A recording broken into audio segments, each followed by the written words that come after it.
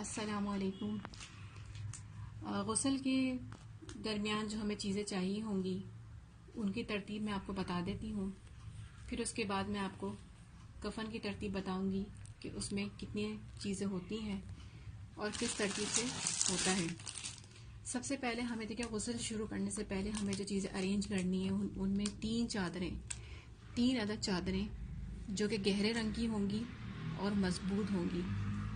ऐसा ना हो कि आप बिल्कुल पुरानी चादरें दे दें तो मैयत को शिफ्ट करने के दरमियान ऐसा ना हो कि वो फट जाए। तो इस बात का ख्याल रखना है कि चादरों का मजबूत होना बहुत ज़रूरी है। इसके अलावा 2 अदद तौलिया, जिसमें से एक छोटी तौलिया होगी जिससे हम सर साफ़ करेंगे और एक अदद बड़ी तौलिया जिससे हम जिस्म को साफ़ करेंगे। गुस्ल देने के लिए हमें जो चीज़ें दरकार होती हैं वो हम एक पैक बना के रख देते हैं, क्योंकि हमारे पास इतना टाइम नहीं होता कि हम चीज़ों को अरेंज करें। इसलिए हमारे पास पूरा एक पैक तैयार होता है कफन का और गुस्ल के सामान का, जिसमें सबसे पहले 1 अदद कॉटन रोल, अगरबत्ती, साबुन या शैम्पू। साबुन हम इसलिए रखते हैं क्योंकि बाज़ औक़ात ऐसी जगहों पे जाना पड़ता है जहाँ पे कुछ भी नहीं होता, इसलिए हम साबुन इसमें रखते हैं। वरना अगर आप किसी घर में जा रही हैं तो वहाँ शैम्पू इस्तेमाल करें उनसे लेके। 4 अदद दस्ताने, 2 अदद थैलियाँ जो है वो काफूर की होंगी। 1 थैली हम जो है वो जो पानी बनाएंगे नीम गरम, 1 थैली हम उसमें डालेंगे और 1 थैली को हम बाद में इस्तेमाल करेंगे जब हम कफन देंगे, क्योंकि मैयत के हम उन आज़ा पे ये काफूर इस्तेमाल करते हैं जो कि नमाज के दौरान ज़मीन पे लगते हैं, जैसे सजदे की जगह। बेरी के पत्ते जो है हम घर जाते ही घर वालों के हवाले कर देते हैं कि इसको उबालने के लिए रख दें। अगर हो सके तो किसी चाय की पतीली, छोटी पतीली में उबालने के लिए रख दें। हम छान के दूसरी बाल्टी में मिक्स करते हैं, क्योंकि हम 2 बाल्टियाँ बनाते हैं नीम गर्म पानी की, जिसमें 1 बाल्टी में बेरी का पानी इस्तेमाल किया जाता है यानी कि मिक्स करके, और 1 बाल्टी में हम काफूर इस्तेमाल करते हैं। 2 अदद फोम के पीस होते हैं जो कि गुस्ल के दौरान हम मैयत के जिस्म को मलने में इस्तेमाल करते हैं। इतर जो कि गुलाब का है वो औरत के सिर्फ सर पे इस्तेमाल होगा। इसी तरह कफन की तरतीब है। औरत के लिए 5 कपड़े मसनून हैं, जिसमें सबसे पहले स्कार्फ, सीना बंद, कुर्ता, इज़ार और लिफाफा। इसके अलावा 3 पट्टियों का होना ज़रूरी है, जिसमें से एक पट्टी तकरीबन 2 मीटर से 2.25 मीटर के दरमियान होगी, जो हम मैयत के कमर से लेके हाथों की तरफ बांधते हैं। 2 पट्टियाँ छोटी होंगी जो एक सरहाने की तरफ और एक पैर की तरफ बांधी जाएगी।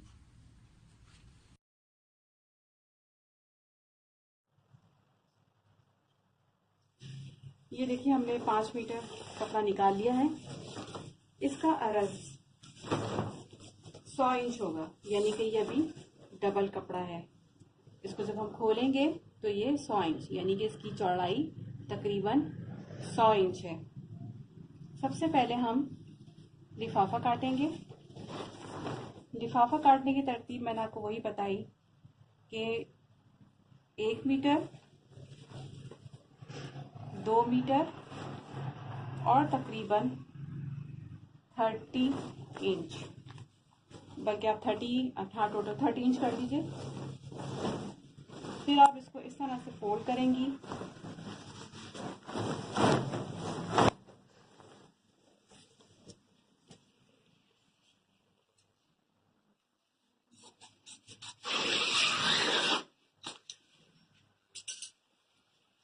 पाँच मीटर में से हमने 2 मीटर और 30 इंच लिफाफा निकाल लिया, और ये जो कपड़ा बचा है ये इज़ार है। इज़ार जो हमने निकाला वो है 2 मीटर 10 इंच।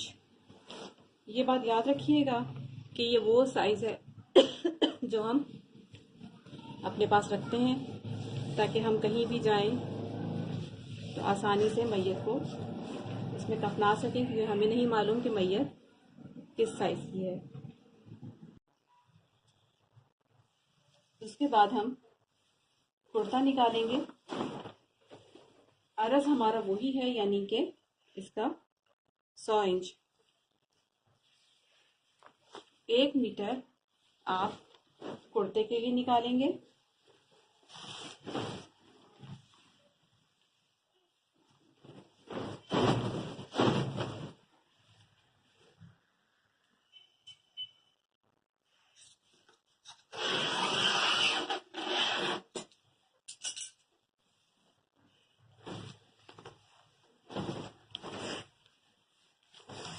ये देखिए,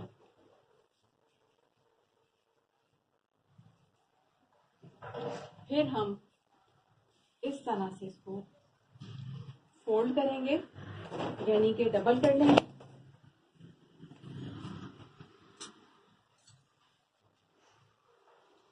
हल्का सा गला बना देंगे इस तरीके से।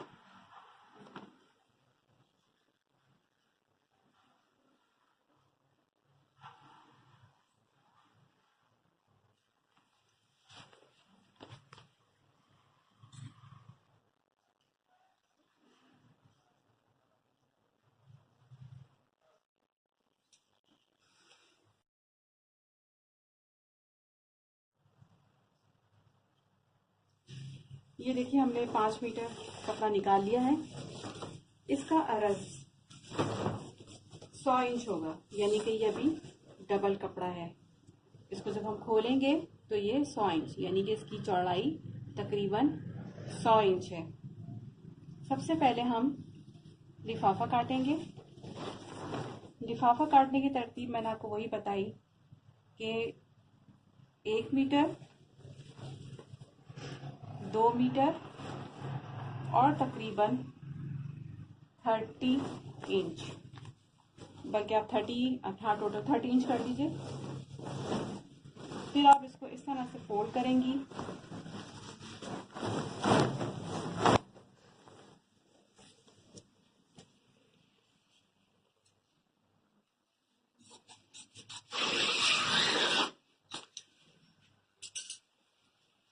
पाँच मीटर में से हमने 2 मीटर और 30 इंच लिफाफा निकाल लिया। और ये जो कपड़ा बचा है ये इजार है। इजार जो हमने निकाला वो है 2 मीटर 10 इंच। ये बात याद रखिएगा कि ये वो साइज है जो हम अपने पास रखते हैं, ताकि हम कहीं भी जाएं तो आसानी से मैयत को इसमें दफना सकें, क्योंकि हमें नहीं मालूम कि मैयत किस साइज की है। उसके बाद हम कुर्ता निकालेंगे। अरज हमारा वही है, यानी कि इसका 100 इंच। 1 मीटर आप कुर्ते के लिए निकालेंगे।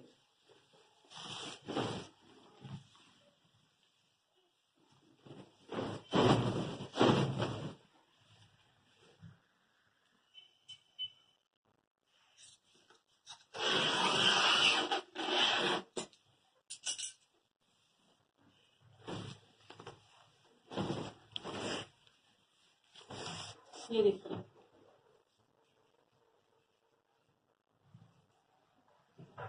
फिर हम इस तरह से इसको फोल्ड करेंगे, यानी कि डबल कर लेंगे।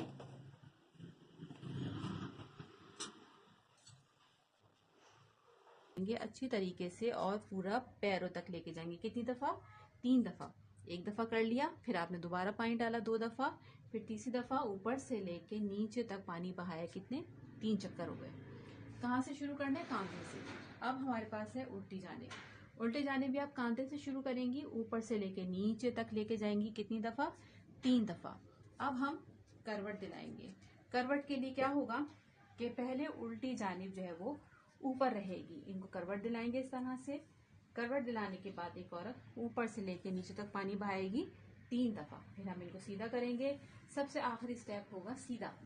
सीधे हाथ से हम इनको करवट दिलाएंगे। करवट दिलाने के बाद सतर का ख्याल रखना है और ऊपर से लेके नीचे तक 3 दफा पानी बहाना है। 1 दफा, 2 दफा और फिर 3 दफा। 3 दफा पानी जब बहा लेंगे तो उसके बाद हम ये करेंगे कि 2 औरतें सरहाने की जानिब हो और 2 औरतें पैर की जानिब हो। 2 औरतें पैर की जानिब, यानी कि हमें 4 औरतें चाहिए। अगर 4 औरतें ना हो, 2 भी हो तो काफी है। इस तरह से हम चादर को टेंट बनाएंगे, यानी कि थोड़ा सा एक बारिश के करीब ये चादर जिस्म से ऊपर हो जाए। फिर हम क्या करेंगे, मग्गे में जो पानी है हमारे पास काफूर का, वो अब हम जो है वो अंदर की जानिब से डालेंगे। हम इनके जिस्म को नहीं देखेंगे क्योंकि हम खड़े हुए हैं। मैयत जो है वो बेड पे है, यानी कि फोल्डिंग बेड पे या जो तख्ता है जिस पे भी। ऊपर से लेके नीचे तक आप अच्छी तरह से 3 दफा पानी बहाएंगी। इस तरह से फेंकना नहीं है, पानी को हल्के हाथ से डालना है, मगर मग्गा जो है वो जिस्म से ना लगे। दोबारा से स्टेप दोहरा। देखिए 3 अदद हमने फाये लिए थे मुंह को साफ करने के लिए। वुजू में हमने सबसे पहले हाथ धुलाए। अब हम इनका मुंह यानी कि दांतों समेत साफ करेंगे। अगर मुंह पूरा बंद है तो ऊपर की तरफ से इस तरह से फेरेंगे। 1 दफा फेर देंगे, इसको फेंक देंगे, दूसरा फाया लेंगे, उसको फेरेंगे अच्छे तरीके से, उसको फेंक देंगे, फिर तीसरा फाया लेके इस तरह से मुंह को फेरेंगे अच्छी तरह। और अगर मुंह खुला हुआ हो और दांत और मसूड़े नजर आ रहे हो तो दांत और मसूड़ों की सफाई इसी तरह से करेंगे अच्छी तरह। 1 दफा साफ किया, गालों को हल्का सा दबाएंगे, फिर दूसरा फाया लेंगे, उसको साफ करेंगे, फिर गालों को दबाएंगे, फिर तीसरा फाया लेने के बाद अच्छी तरह से साफ करके इस फाये को फेंक देंगे। मुंह साफ करने के बाद हमने इस तरह से जो फाये लिए थे छोटे, सबसे पहले हम सीधा नतना साफ करेंगे 3 दफा से अच्छी तरह से। उसके बाद हम उल्टा नतना साफ करेंगे 3 दफा, यानी कि तीनों दफा फाये तब्दील करेंगे। और हल्के हाथ से नाक की हड्डी को थोड़ा सा दबा दें ताकि अंदर जो गंदगी हो वो बाहर की जानिब आ जाए।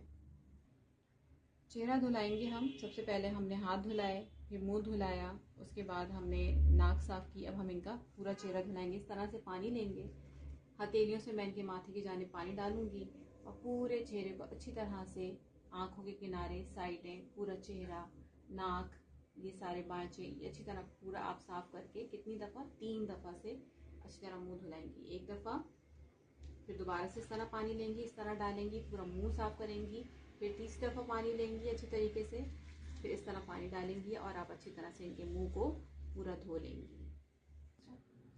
चेहरा धुलाने के बाद हम मैयत का पहले सीधा हाथ धुलाएंगे, उंगलियों से लेके कोहनियों समेत अच्छी तरह 3 दफा अच्छी तरह से पानी डालते जाएंगे और इसको मलते जाएंगे। 3 दफा इसको धोएंगे, फिर 3 दफा उल्टा हाथ ऊपर से लेके कोहनी समेत नीचे तक नहीं धुलाना अच्छी तरीके से, और साथ साथ फिलहाल भी कर लीजिए ताकि कहीं पानी अगर रुका हुआ हो तो वो साफ सुथरा हो जाए। 3 दफा सीधा हाथ, 3 दफा उल्टा हाथ। तो आप जो है वो अगर उन पर डबल बेड जो है बिल्कुल पाक साफ है, आप उस पर कफन बिछा दें, और अगर पाक साफ नहीं है तो आप उनसे डबल बेडशीट लें और जमीन पे ही कफन को बिछा दें। सबसे पहले हमें चटाई बिछानी है। चटाई के ऊपर हम सबसे पहले दरमियानी पट्टी बिछाते हैं। दरमियानी पट्टी ऐसे बिछी हुई हो कि वो बिल्कुल उनके कमर से लेके कलाइयों समेत पेट पर आ जाए। दरमियानी पट्टी बिछाने के बाद हम बिछाएंगे लिफाफा। सबसे पहले हमने कफन के लिए लिफाफा बिछाया, यानी कि पहले बड़ी पट्टी, फिर उसके बाद लिफाफा बिछाया। यहाँ पर जगह कम है इसलिए इसको हमने समेट दिया साइडों से। उसके बाद हम इजार बिछाएंगे। कफन पहनाने के लिए हमेशा याद रखिएगा कि इसके 2 पल्ले होते हैं, एक उल्टा पल्ला, एक सीधा पल्ला।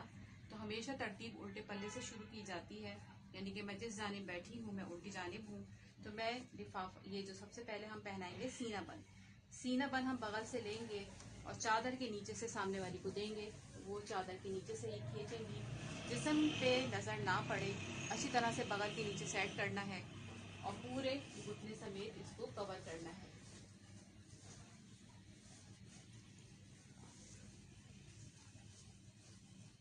फिर उसके बाद सीधा पल्ला बगल के नीचे से देना है, मुझे दिया जाएगा नीचे से मैं लेने के बाद इस तरह से इसको सेट करूंगी कि मेरी नजर किसी आज़ा पे ना पड़े और मैं अच्छी तरीके से सेट कर दूं। अभी मैं आपको चादर हटा के दिखा रही हूँ, ठीक है, वरना चादर हटाते नहीं है। बगल के नीचे से इस तरह से बगल के नीचे तक, कहाँ तक गया है, घुटने तक। अच्छी तरह से पूरा तरतीब दे दें इसको, ठीक है।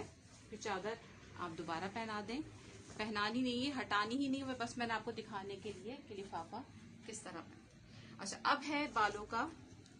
बाल जो है इनके दोनों जानिब कर लेने हैं, कोई चुटिया नहीं बनेगी, कुछ भी नहीं बनेगा। हम इसको जो है सिंपल फैलाएंगे। उल्टे वाले बाल उल्टी जानिब और सीधे वाले बाल जो है वो सीधी जानिब फैलाने, ठीक है। कोई कंघी नहीं, कोई कंगा नहीं, कुछ भी नहीं। फिर हम कुर्ता लेंगे,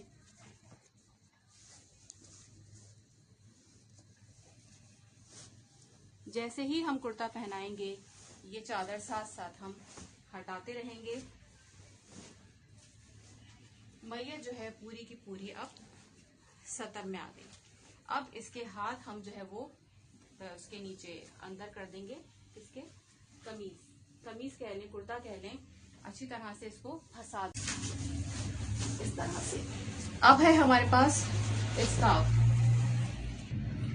स्कार्फ हमेशा मलमल का होता है, हम कॉटन का नहीं लेंगे। कॉटन का सिर्फ और सिर्फ हमारा पूरा कफन होता है। यहाँ पर जो हम स्कार्फ इस्तेमाल कर रहे हैं वैसे ही पहनेंगे जैसे नमाज में हम पहनते हैं, यानी कि पूरे बालों का छुपा देना। इस तरह से आपने स्कार्फ पहनाया। इसमें भी यही है कि उल्टा पल्ला आप उल्टी जानिब लेंगी कि बाल अच्छी तरह से छुप जाए, और फिर सीधा पल्ला इस तरह से सीधी जानिब लेंगी कि अच्छी तरह से बाल छुप जाए। बालों को अच्छी तरह छुपा लें, कवर कर लें, और इस तरह से मैयत को आप जो है वो कोई गिठा नहीं बनेगी इसमें स्कार्फ में, ठीक है। सबसे पहले हमने क्या पहनाया, सीना बंद, उसके बाद हमने पहनाया कुर्ता, उसके बाद हमने पहनाया स्कार्फ। अब बारी है इजार की। इजार के लिए भी सबसे पहले हम उल्टा पल्ला लेंगे, ऊपर वहां पे लेके जाओ,